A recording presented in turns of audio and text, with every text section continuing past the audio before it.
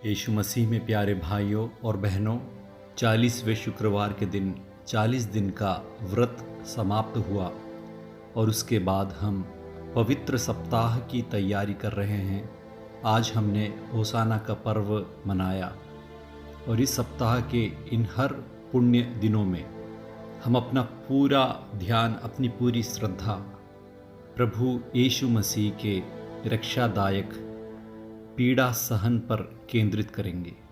संत पेतरुस के पहले पत्र के पहले अध्याय के 18 और 19वें वाक्य में हम ये पढ़ते हैं कि हमारा उद्धार सोने चांदी जैसी नश्वर चीज़ों की कीमत पर नहीं हुआ है, बल्कि एक निर्दोष तथा निष्कलंक मेमने अर्थात मसीह के मूल्यवान रक्त की कीमत पर हुआ है।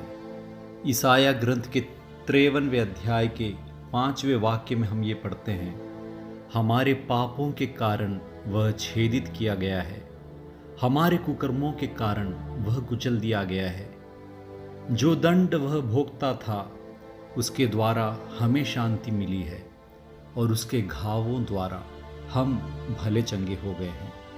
प्रभु ने हमारे लिए दुख भोग उठाया, हमारी मृत्यु को अपने सिर लिया, हमारे पापों का प्रायश्चित करते हुए हमें पाप से, मृत्यु से और शैतान की गुलामी से मुक्त किया। पिता ईश्वर ने अपने पुत्र यीशु मसीह के रक्षादायक दुख भोग को सम्मानित करते हुए पवित्रात्मा की शक्ति से उनके मृत शरीर को पुनर्जीवित किया और उस पुनरुत्थान के द्वारा समस्त मानव वंश को मुक्ति प्राप्त हुई। इसलिए हमारे रक्षा के इन रहस्यों पर हमारा पूरा ध्यान देने का समय है ये पवित्र सप्ताह। रोमियो के नाम संत पौलुस के पत्र के 6 अध्याय के 5वें वाक्य में हम ये पढ़ते हैं कि यदि हम ईसा मसीह की तरह मरें तो हम ईसा मसीह की तरह महिमा में पुनरुत्थान प्राप्त कर सकेंगे। हमें अनंत जीवन के बारे में सोचना है और हमारे अनंत जीवन का दरवाज़ा प्रभु के दुख भोग के द्वारा ही खोला गया है। आज रविवार की शाम को हम वादे दलमीनो मना रहे हैं, जिसका अर्थ है नित्य जीवन के किनारे की प्राप्ति।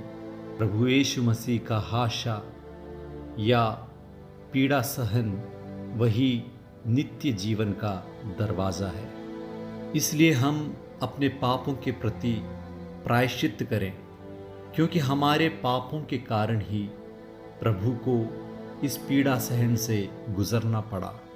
पुत्र यीशु मसीह के पीड़ा सहन और मृत्यु के प्रति पिता ईश्वर हम पर करुणा करें, ऐसी प्रार्थना हम करें और हमारे जीवन के दुख सहन को हम हमारे प्रभु यीशु मसीह के पीड़ा सहन से जोड़ें, उनमें भाग लें, ऐसी कृपा के लिए भी हम प्रार्थना करें। अब उपवास के दिन खत्म होने को हैं और क्रूस आरोहण का समय बिल्कुल ही समीप आ चुका है।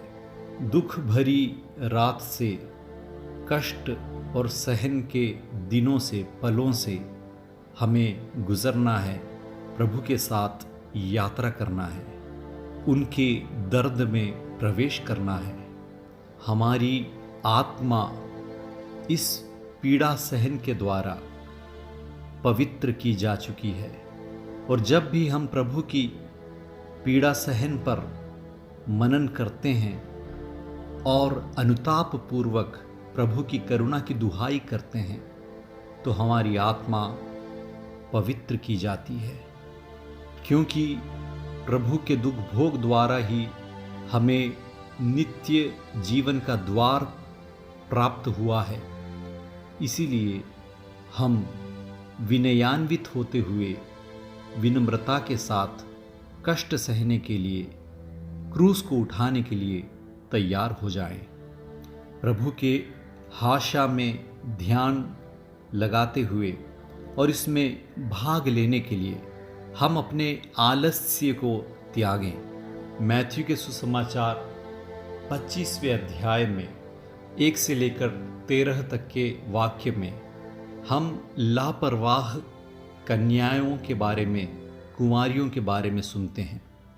जब विवेकी कुंवारियों ने जागरण करते हुए प्रभु के आगमन का इंतज़ार किया, तब ये लापरवाह कुंवारियाँ अपने दिए के लिए तेल को नहीं बचा पाईं और वे सो रही थीं, आलस्य में थीं। और जब विवेकमती कुंवारियाँ प्रभु के साथ अंदर प्रवेश कर चुकी थीं, तब उन्हें लापरवाह कुंवारियों को बाहर ही रहना पड़ा, क्योंकि दरवाज़ा बंद हो गया था। कहीं ऐसा ना हो जाए कि हमारे आलस्य और लापरवाही के द्वारा नित्य जीवन के दरवाजे से अंदर प्रवेश करने का मौका हम गंवा लें और दरवाज़ा बंद हो जाए और कहीं हम बाहर ही ना रह जाए। इसलिए प्रभु की कृपा और करुणा पर आसरा रखते हुए विवेकपूर्ण तरीके से आलस्य को त्यागते हुए हम प्रार्थना पूर्वक रहें, प्रभु पर अपना मन लगाए रखें, श्रद्धा लगाए रखें और हमेशा जागरूक रहें, ताकि उन विवेकी कुंवारियों की तरह हम प्रभु के साथ अनंत जीवन का सौभाग्य प्राप्त कर सकें और आनंद मनाएं। ईश्वर आपको अनुग्रहित करें।